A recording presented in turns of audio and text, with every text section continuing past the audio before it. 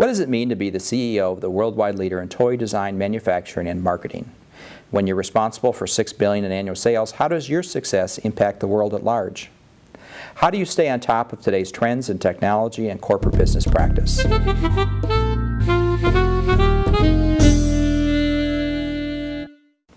Hello, I'm Dave Smith, Associate Dean at Pepperdine University's Graziadio School of Business and Management. Today is November 5th, 2009, and this is the Graziadio Business Report. Today, here to answer these questions and more is CEO of Mattel Incorporated, Robert Eckert. Bob joined Mattel in May 2000, a 23-year veteran of Kraft Incorporated. At Kraft, he served as, most recently, its President and Chief Executive Officer. Bob received a Bachelor of Science degree in Business Administration from the University of Arizona and an MBA in Marketing and Finance from Northwestern University's Kellogg School. He serves on McDonald's Corporate Board of Directors, the Management Advisory Board at the Kellogg School at Northwestern University, and the Board of Visitors at UCLA's Anderson School. Bob, I want to thank you for taking the time to chat with us today. Oh, it's my pleasure. It's always great to be around Pepperdine. As a business leader and family man, I'd like to ask how you handle work-life balance and also how you encourage those who work for you to manage work-life balance. You know, it's a real challenge, and folks understand the challenge of how much time and energy it takes to do business well, and yet how much time and energy it takes to do family well.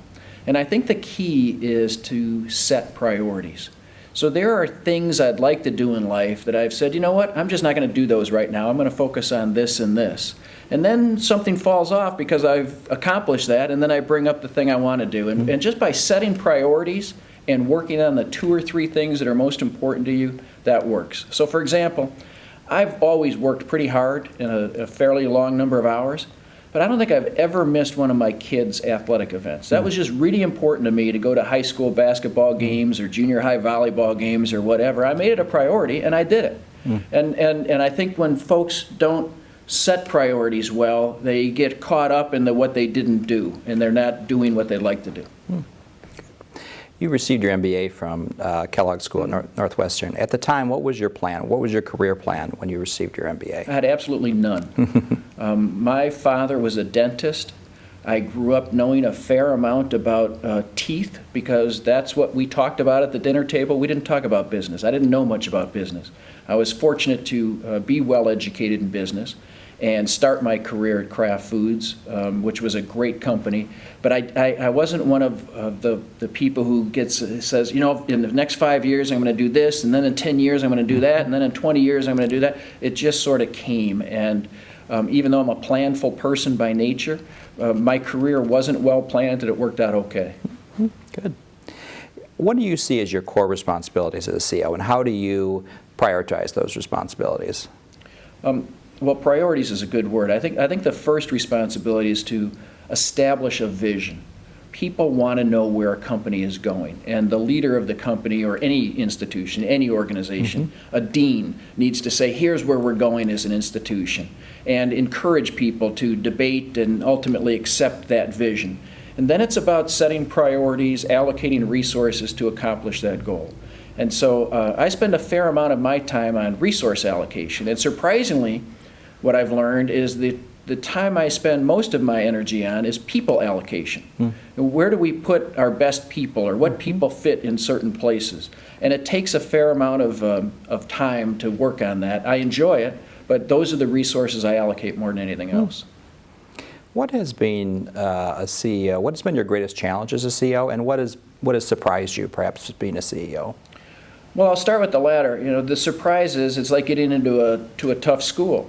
Once you get into the tough school or a tough class, you sign up for what's going to be a challenging class. You get in there, you start doing the homework, you listen to the lecture, you say, well, this isn't that tough, I can do this. Rising to this level in business, it's a pretty small club. But once you get into the club, hey, this isn't so special. The people in this club aren't so special. They're just normal, everyday men and women. So that the surprise was, it isn't all that it's cracked up to be. Challenges, I've had several in my career. Probably the biggest one since I've been at Mattel is in 2007. We had a lot of product recalls.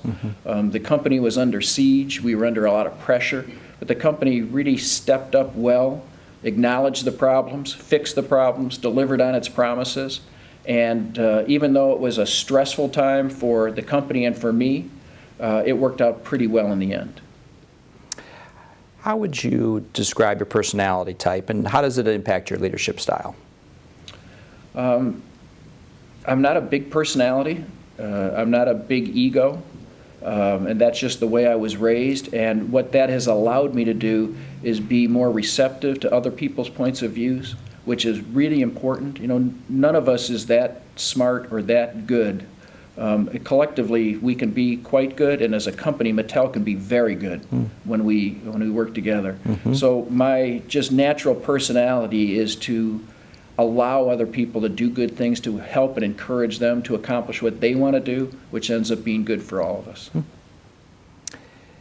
Today we're facing employees who make more frequent career switches and job changes. How has that impacted Mattel, and how have you responded to it as a company? I think it's analogous to home buying.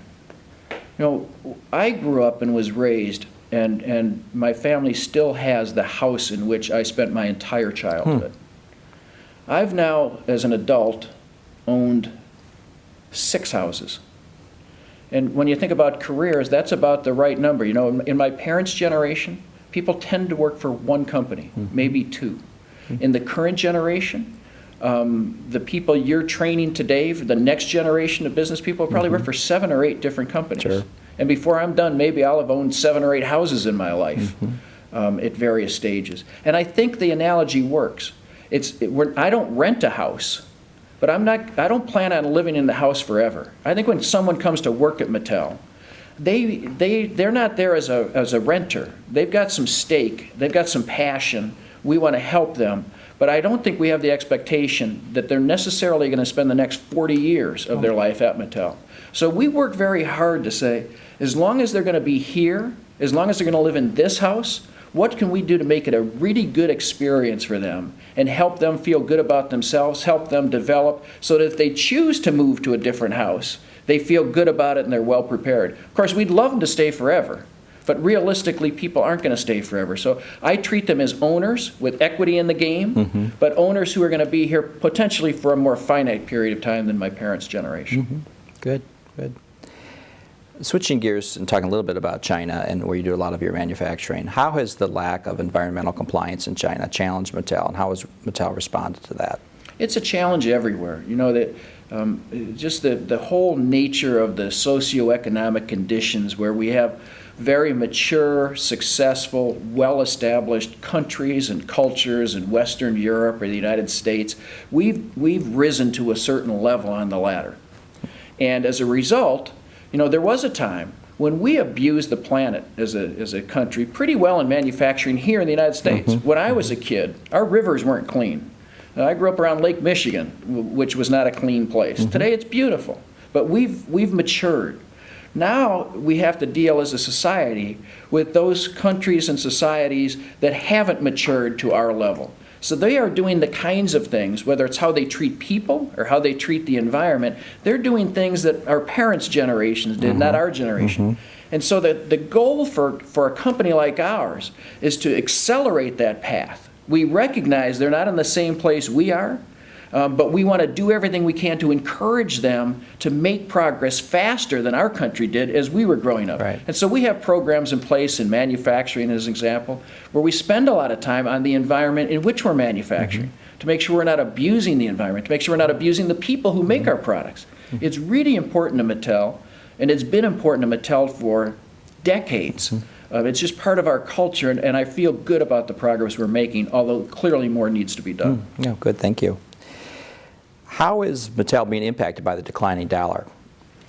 Well, from a financial standpoint, it actually helps us a little bit because we do a lot of our business outside of the United States. So as other currencies become stronger, they can buy more of our goods, which we manufacture in dollar denomination. So from a pure financial standpoint, the volatility has probably helped us more than it's hurt us. But it's one of those extraneous factors. We all prefer to do business like trade issues. We prefer to do business on a level playing field. Just leave all the environmental noise out and let us compete with our ability to innovate and make terrific products. So I don't know that it's really hurt us financially, But it's a noise out there as we go through the accounting that I wish we didn't have to deal with every month. How does Mattel, in your success and failure at Mattel, impact the world? What do you see as the benefits from Mattel in terms of impacting the world? Well, I guess I'd say there's two things. I mean, the first part of my initial reaction is, you know what, we're not that big a deal. You know, these are not world-changing products. I have a friend who runs a defense industry company here in the South Bay. You know, the success of that company changes lives. Yeah. Physicians, I was just visiting with someone about medical doctors. They change lives. I mean, if they have a bad day, there's a bad outcome. We don't deal with that. We're in the toy business. Having said that, the second part of my answer is, but it is really important stuff. I mean, there's a tremendous body of research that play is important in a child's development. And we make toys that both entertain and educate children. And we take that very seriously. We take our relationship with children as a company incredibly serious. We have an obligation to do the best we can for these kids because we're helping develop the next generation in our societies. And it's a heavy load to us. Yeah. We enjoy it. We have fun. We like toys. Toys are fun. But we try and do it in the right way and do the right things to help kids develop. So we do feel we're responsible for society. What do you see as the future? What the future holds for the toy industry, and what sort of challenges do you think the toy industry faces in the next 5-10 years? It's a great business. You know, it's a fun business. It's a tough and competitive business. But people like toys, and it's a nice product on which to work. And I think, you know, we need to keep up with society. Kids are more electronic faster. They have more options for entertainment in their lives than you and I did when we were kids. We need to keep up. We need to keep our brands fresh and relevant. But the fact is, when we innovate well and when we do a good job marketing our brands and positioning our brands, they grow and the toy industry grows. So to a large degree, the toy industry controls its own destiny. You know, we're not in the buggy whip business where there's nothing we can do about it. The buggy whips went away. We're in the toy business, and if we work the toy business well, toys are here for another 50 years, just like for Mattel, they've been here for the last 50 years. I want to shift a little bit and talk about your leadership and the qualities you believe leaders need to have in today's economy. I'm sure you've reflected on that a lot as in your experience as a CEO. What do you see as kind of your core values as a leader? You know, it's interesting that you raised that because yesterday I had the occasion to, I think, either test or demonstrate some of my values that I think in the end worked out pretty well for me. I was meeting with a colleague. This is a colleague who's an officer of Mattel, but not a person I see a lot or interact a lot with. He doesn't live in the United States. He doesn't work in the United States. He's a really bright guy. I see him a couple of times a year, and we have pretty good conversations. He and I don't see the world in the same place, and we acknowledge that. And that allows us to have really deep conversations a couple of times a year, and we had one yesterday. And as I was reflecting on that, I felt pretty good that I'm open enough that someone can walk into my office and say, let's talk about these 3 issues that are on my mind, an employee's mind, and Bob, I just want to see your reaction to these things. And we had a pretty good debate and dialogue, and we're friends about it. And we don't agree. And I'm not sure everybody could do that. I think some people are so caught up in their view of the world, they're not open to what others think. And the fact is, none of us is smart enough. None of us is that talented. And when we work together, we do better. And this fellow planted a couple of seeds in my mind that had I not spent the hour with him, I wouldn't have had. And it was the highlight of my day. And I'm going to do something about it because I could listen to him. I could engage him, and he felt unthreatened by the conversation. And I think some people reach my level in business, and it can be intimidating to people or threatening to people to you know, oh my goodness, I have to go see the CEO. Sure.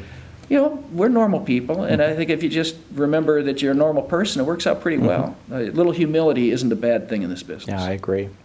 What do you see and what do you hope for in terms of your legacy at Mattel and maybe as a leader? Well, I see in general 2 types of leaders. There are, as the academics call them, the more charismatic leaders, the personality. It's about the person driving the company. And we all know the names of a lot of CEOs. past and present, who were big personalities, and the company really ran on those personalities. And a few of them have really persevered, done well. Steve Jobs at Apple is a fabulous leader, no question about it. He drives that company, and he is that good. But in most companies, the big personality isn't that good. And when the personality goes away, the company doesn't do as well. It's always hard to replace one of those big charismatic leaders. Right. On the other hand is the transformative leader, the leader who is more concerned about the processes and the entity. And that's where I come from. I don't think most people that I run into know what I do for a living. Most of them don't care. Most of them don't know who I am. When I leave Mattel, I don't think it's going to take long for the people at Mattel to forget me. Because if the institution is stronger, if the company is performing well and doing its job, it really doesn't make that big a difference whose personality is leading it. And so I'll be replaced by somebody with a different personality. But my legacy, I hope, will be that the company does just terrifically. And it makes no difference whether or not I'm there. That's good. What is the last book you've read? And do you have a book recommendation for our listeners? Well, I'm in the midst of a couple of books right now that I haven't yet read, but I've taken with me to several places. I have a book by a woman named Rosabeth Cantor, I believe is her last name, who's a professor at Harvard Business School, who really talks and has studied this broader social application of business. But it's a pretty thick book, and I haven't read it yet. We talked about work-life balance. As my kids have gotten older and they've now all left the house, I'm focused on golf. I never golfed before. 3 years ago, I began playing golf, and I'm hooked. I'm passionate about golf. I have a book on the greatest golf game ever played that's now been halfway around the world but hasn't been opened. So I haven't read as much as I'd like lately, but I have books that I carry with me. That's great. Well, Bob, I really appreciate you taking the time to chat with us today about your views on the toy industry and leadership and values, and we're just very thankful for your time. Well, thanks for having me. I love Pepperdine. I love what the school is doing, the ethics it stands for, and the training it gives the next generation, and I'm really optimistic about our next generation of business leaders because of what people at Pepperdine and other places are doing today. Yeah, thank you, Bob. This is Dave Smith with the Graziadio Business Report.